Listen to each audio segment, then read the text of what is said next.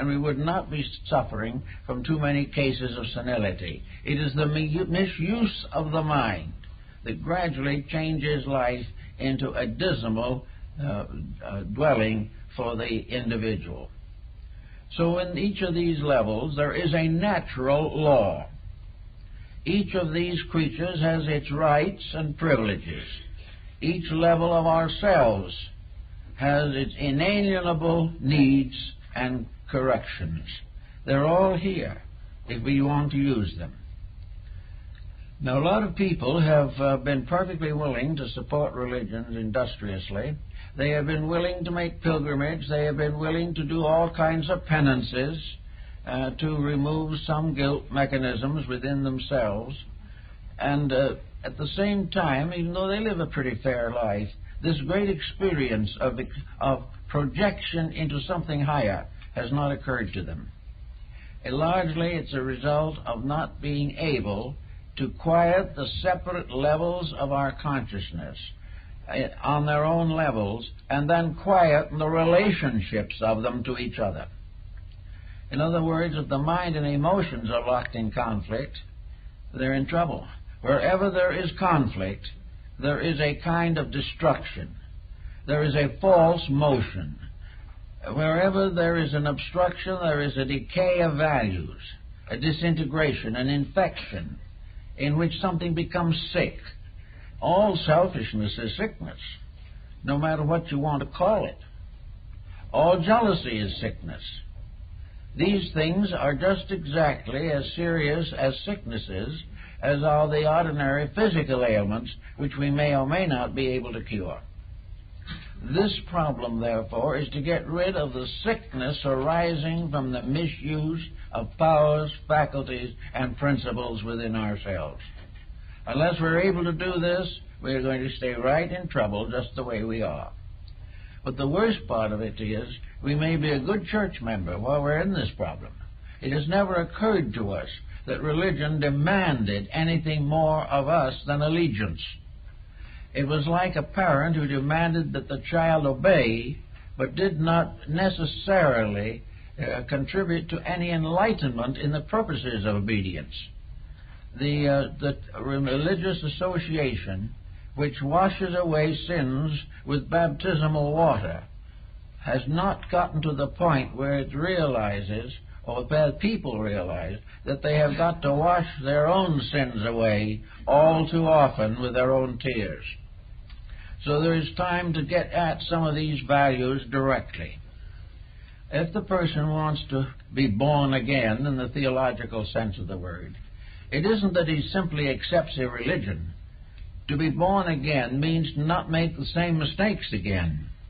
It means to clear the slate. A new birth means to start out with a fresh, clean, honest mind, without carrying anything from the past that was destructive or against the Ten Commandments or against the Sermon on the Mount.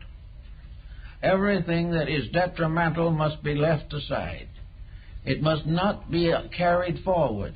Yet the individual may be born again and still be in some business which is highly competitive, or in a family relationship in which tyranny dominates, or children are neglected, or the older members of the family are ignored. All of these things are not assumed to interfere with being born again.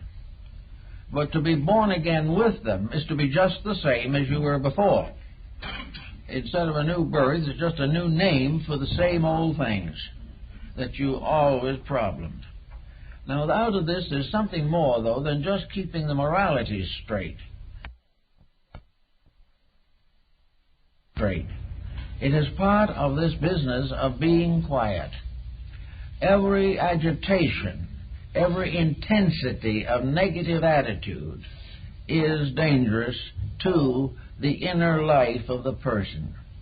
Therefore, we say that when we want the individual to be still and know, therefore we say that when we want the individual to be still and know, we want the individual to change his entire basic formula for life. It doesn't mean he can't speak. It doesn't mean he can't have ideas.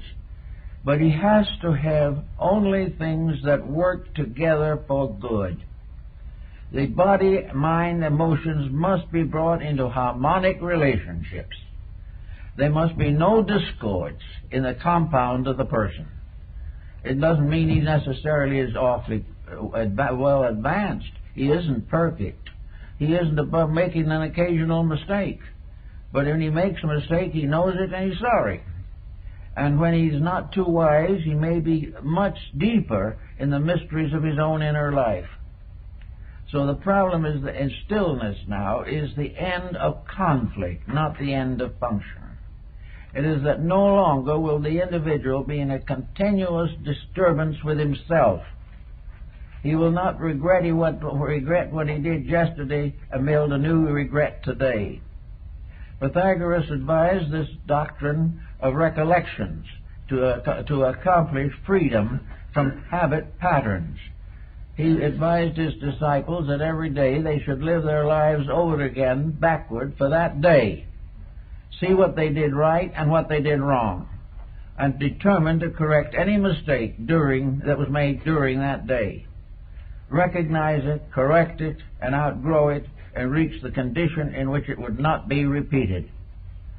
So what we're asking for, really, is a good-natured person of kindly disposition who has managed to get over griefs and grievances, who is able to live in pleasant relationships with other people, who is not jealous, who does not tear down reputations, and doesn't lock in feuds with anybody, who holds no violent dislikes over subjects they do not understand, do not take sides on problems they do not know, but whatever happens, remain open and ever watching for the good, and watching and rewarding only the best of their own conduct.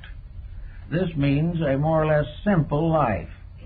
One way that the medievals found to gain this simple life was by joining the clergy. They became monks, lived in monasteries, worked in gardens, spent most of their time in prayer and meditation. But this didn't work quite well either, for in this case, the isolation was the individual arming himself against himself. He was determined to destroy the opportunities to make mistakes and gain virtue in that way. It's not done that way. It doesn't work. The individual does not recover from his mistakes because he locks himself away from temptation. Because temptation is still there, and all kinds of internal pressures affect him and afflict him even while he is in a monastic existence. The answer to the whole thing was, stay in the world, but be able to live your own inner life without worry and fear, and if other people wish to ridicule it, let them. But do not resent their ridicule. It's not worth it. Do that which your inner life tells you is right. And in order to do that, you have to get a message. Now, messages coming from the inner life are often mistaken. Very often what we consider to be a vision is merely a way of supporting our own personal attitudes. When visions begin to support our right to be wrong, we have a good reason to question the visions. Visions can be nothing but nightmares. They can be nothing but psychological expressions of our own defects. They can reveal to a clinical trained psychiatrist or psychologist just what is wrong with our dispositions and why we're in trouble. This type of vision or dream is of no basic value except as a warning. And the individual does not need to have an elaborate analysis of this. For if he has pressures, he will have dreams. And most of the dreams will be related to his pressures, either justifying them or trying to help him to fulfill the things that have created the pressures. So we don't go on that level. But if there are no pressures, if there are no intensities, if the individual is living a very quiet, reasonable, and natural life, Perhaps he'll be a little like Jacob Boehme, the great German mystic. He was raised and educated as a shoemaker. He was an apprentice shoemaker. Finally, we got his papers and became a master shoemaker and lived in the little town of Görlitz all his life. He was married and had children. He attended the Lutheran Church, and he was a very simple person with only the education possible from a local school, which probably taught him only enough to read the Bible. So this man quietly, peacefully made a strange compact with himself. He resolved to live as best he could in his simple way, the best he knew. And he was a very quiet man and a very charitable man. And when the Lutheran Communion turned against him, very bitter, he never for one moment showed the slightest resentment. While they were denouncing him in the church, he was sitting in his pew and listening to it.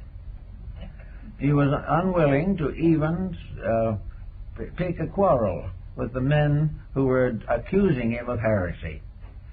Fortunately, at that time, the Inquisition was not in control in Germany, so all they could do was downgrade him. But actually, in this very simple family way, they say a very wonderful father, a faithful husband, a good friend, and an absolutely honest craftsman who marked every shoe he made and guaranteed it. To this simple man came some of the most extraordinary visions recorded in history. One day, while he was working in his shop, he had a chance to look up, and he saw a ray of light striking a pewter plate on the wall. This ray of light struck him in the eyes, and in that moment he had a vision of another world. And this vision he had of another world had none of the peculiarities that we associate with sectarianism. It was a world which he had not even a terminology for. He borrowed all kinds of words from his friends and neighbors because he had no words. He also was able to gain some terminology from alchemy and astrology and other subjects, but he used them always in his own way, not the way they were originally being used in the communities. Little by little, Boehme discovered in himself a strange and wonderful truth that was the basis of all his thinking and all his living. He said that in the very beginning there was nothing in the universe but peace, that this peace reached everywhere, and everyone was in peace with everyone else.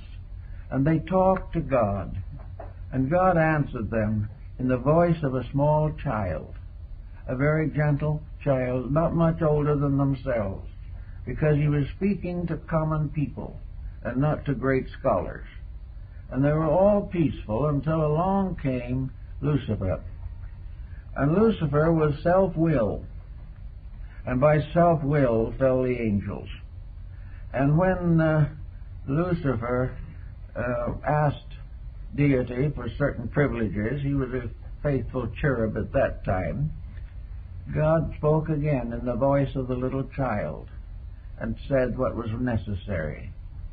And Lucifer said, "Oh no, I don't like this. I don't want to live in a universe that is ruled by a small child. And if the deity can't speak out the great and glorious words I want to hear, I'm going to take over the job." Remember, this is in Low Dutch in Germany. So he said, "I'm going to take over. I'm going to run the universe now." So he challenged deity and said, "I'm not going to do these things. If you're just a puny little deity living in space without anything around you except a baby voice, I'm going to show you how to run this thing." And at the moment that he said that was the moment of the great disobedience. And in an instant, the heavens completely changed. Everything changed.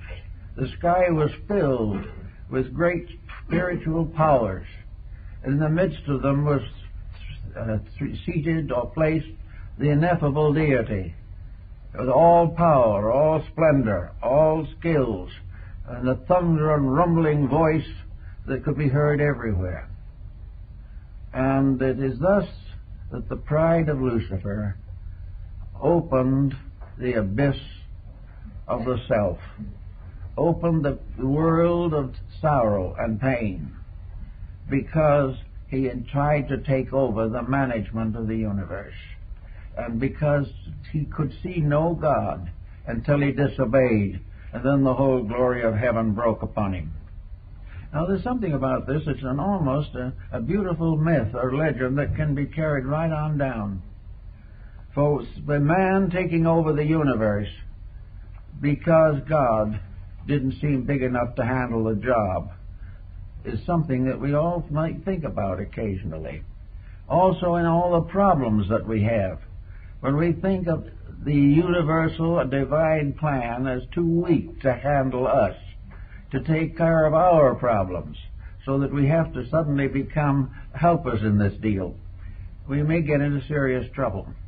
But Bamey was essentially a great mystic, and he pointed out that when the human being becomes aware of the realities and uses them properly, the great grief or the great sorrow fades away again, and man and God live together in infinite community, always man obeying that which was eternally ordained to be obeyed. So in this way, Bamey had his statement of silence, of peace, that was disrupted by the rise of human faults, human emergencies, and the forever human optimism and complacency. So that to be still is to know the universe as stillness. To be still is to hear the voice of God and the voice of a small child. To disobey is to bring down upon oneself the thunder of an absolutely immutable power. To obey, we do not know there are laws. When we break them, we discover to our sorrow that we have not been very wise. So we're going to try to think in terms of a quietude that is free from ulterior motive. And this was what Zen attempted to do in India. And this is what Taoism attempted to do in China. This also is the mystery of Neoplatonism and the ideals of Pythagoras. It was the idea that man only comes into trouble when he does it wrong. As long as he is right, he doesn't know there are any laws. Because by keeping them perfectly, everything is serene and well balanced. But the moment self-interest takes over, the power of the abyss is loosened upon us. So we think now of quietude as just quietly doing the things that are right, peacefully doing the things that must be done in peace, and performing all good deeds in the name of the one sovereign good upon which we all depend, and from which we must gain all our life and resource. Now, the mystics have found out that if we live this quiet inner life, that we can carry every responsibility of the outer life with dignity. There is no need for us to go around depriving ourselves of everything. We only have to deprive ourselves of those things which were never any good for us in the first place. We only have to get over what was wrong. We are never punished for what is right. But if we get these things into a quietude and peacefulness, then this achieved condition is the opener of the door. This is the power that makes possible for us the actual direct participation in reality. It is that power which comes to us when we do not interfere or condition that power. When we keep it and keep its principles in integrity and in right. We are like what the Chinese sages said, that in the ancient days the wise slept without dreams. There was no dreaming about mistakes or therapeutic dreams. There is simply a great quietude And in this quietude, a perfect peace, the heavens open, and the reality affirms itself in our lives. The story of the fable of Christ knocking at the door is much in this thoughtfulness. That which is real knocks at the door when we listen. But when we do all the talking ourselves, we cannot hear the gentle voice of truth or note the gentle knocking on the door. It is in peace and quietude alone that we can open the doors. It opens the doors means that we make ourselves receptive to a higher level of consciousness. We make ourselves receptive to the experiences of the inner life. We have a victory of soul over circumstance.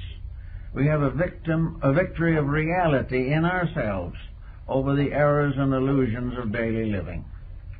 As a result, we are in peace. We are quiet. Now, in the old initiation rites, we were usually subject to very serious tragedies. In the ancient mystery rituals, the candidate was given very firm and terrible tests. There were even degrees in which his life itself might be hazarded, unless he was right. And in all these things, he had to fulfill the great tests of life. He had to recapitulate his own existence and go through a series of harrowing circumstances which would result finally in his attainment of oneness with the inner consciousness. Well, maybe today we're still taking the same rituals. We don't call them rituals anymore. We call them mistakes of other people or inabilities of governors to govern, inability of the governed to govern himself. All these things we now call blames. Probably they are actually tests, experiences which will never cease until we stop making the mistakes that cause the trouble. There will never be a time when social legislation can prevent the individual from making a mistake. And we can never have perfect leadership until we have an intelligent following. There must be dedicated followers and enlightened leaders. And in every case, the enlightenment means self-victory, the victory of the inner life over the outer circumstances, the outer temptations, the outer beliefs, the outer circumstances which lead to trouble. So the Buddhists and the Zen people, for instance, have a very quiet method of meditation. They sit quietly and they simply allow not a blank to set in. The idea is not to make the mind a blank.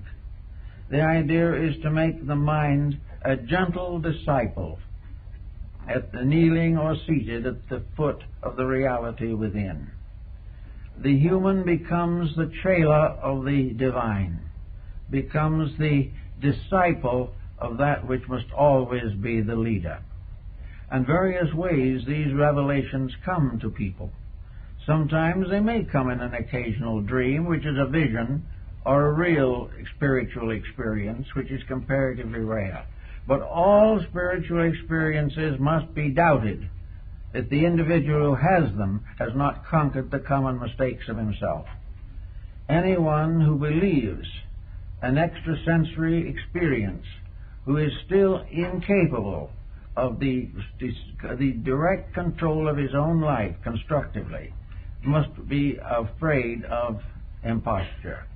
And any organization that promises the individual that he can become great without becoming good is also a very dubious organization.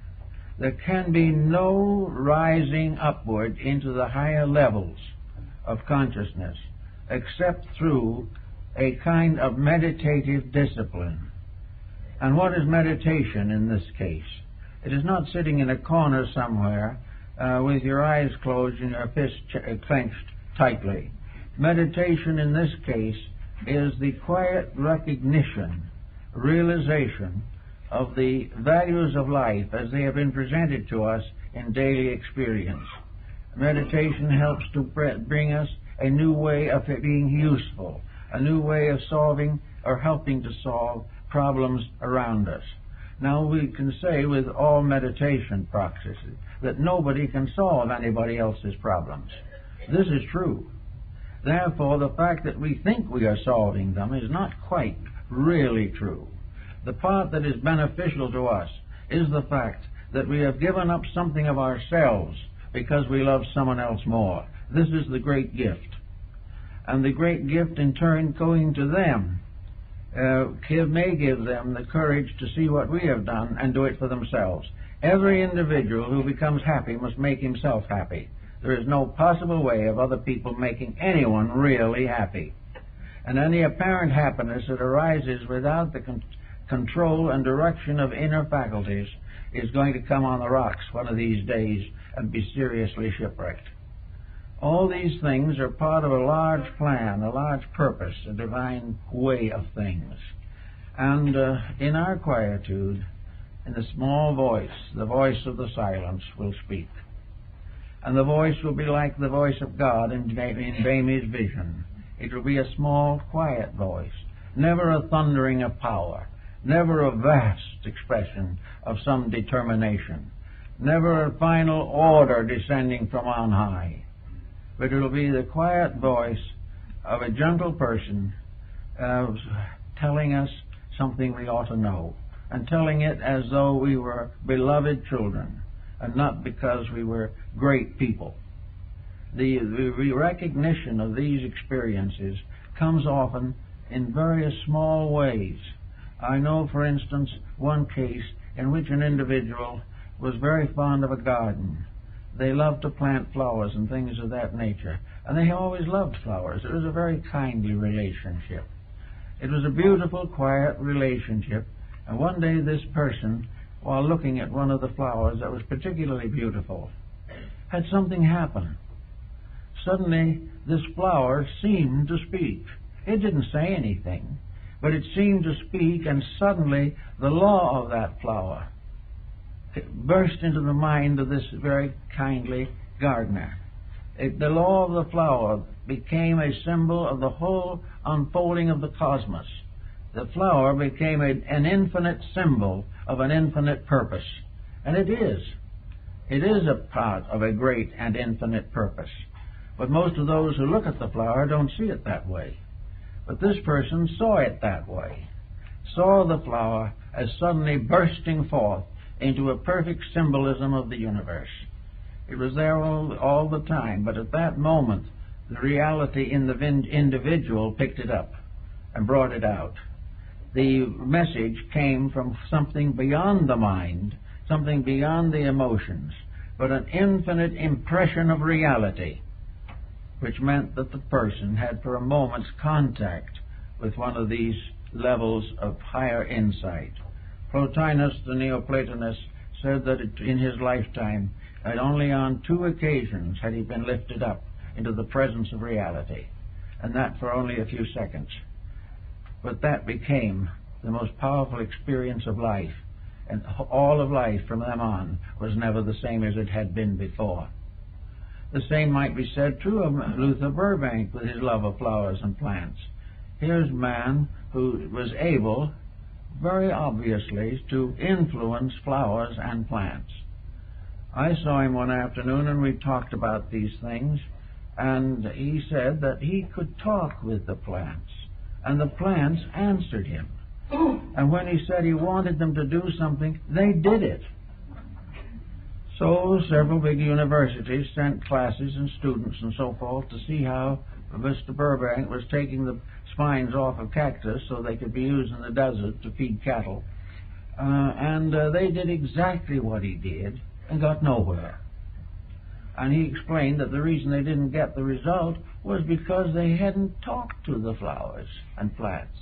They hadn't told those plants what he wanted them to do, what they should do, and how they could help by doing it.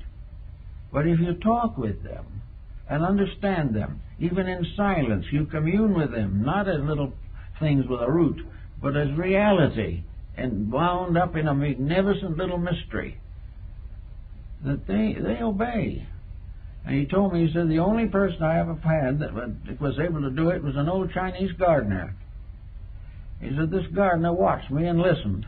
And from that time on, he always talked to the plants. And they did what he wanted them to also. He said, you've got to understand life. Life is not you and nothing, or you and something that doesn't mean anything. And all the flowers and birds and animals and creatures of the universe are real. And to each level of man's thinking, some form of life becomes immediately instructive. And by accepting the instruction, a great new dimension of consciousness is achieved. This is the only way reality can be proven. It can't be proven in laboratories. It can't be proven in anything except all of nature. The very planet and everything that is on it bears absolute and eternal witness to reality. But the reality is not obvious to the person who doesn't know what the term means, or doesn't know what the experience of it means. To us, humanity is a unique thing. Other things are different. We're now beginning to take a little interest in animal life, but at the same time, we haven't found the realities in these things. We haven't found that by looking at the most simple living thing, that we come face to face with a truth, a reality, an inevitable, which we can never influence, but which we can learn to accept and obey. So this is what really opening the door is. This is why the Indian went out and did vigil. He did vigil because he knew that the air was filled with life. He knew that everything that existed was real. Now, he couldn't come back and explain all this to his fellow tribesmen, although most of them probably were sympathetic to it. But the proof of the fact was something else. The proof was that when he went out as a healer and sat and did vigil, the great ones, the true ones, sent symbols to him so that he would know what to do.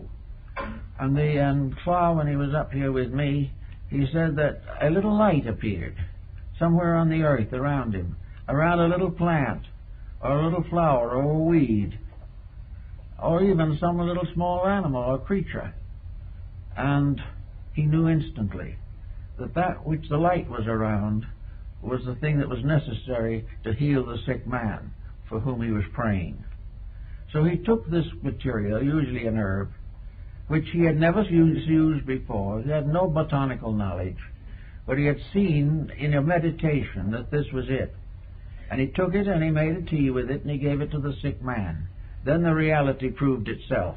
The man got well. That was the only reality that could be demonstrated. All the others could be, it may be a mistake, but if the man got well by a mystical experience, then that experience was real. And it's the same all the way along. We cannot get the positive demonstrations that we seek of all these things. The only thing we know is that the closer we can come to reality, the closer we come to peace, happiness, and health. And the further we get from reality, the more rapidly our problems multiply. Now, for those of us who are just, kind of going along on the way and haven't got too far, there are things we can do ourselves each day. We can begin to quiet the prominent causes of confusion. There is no meditation based upon some esoteric exercise that can ever work if the individual has not accomplished a transformation within himself. This was the highest phase of alchemy.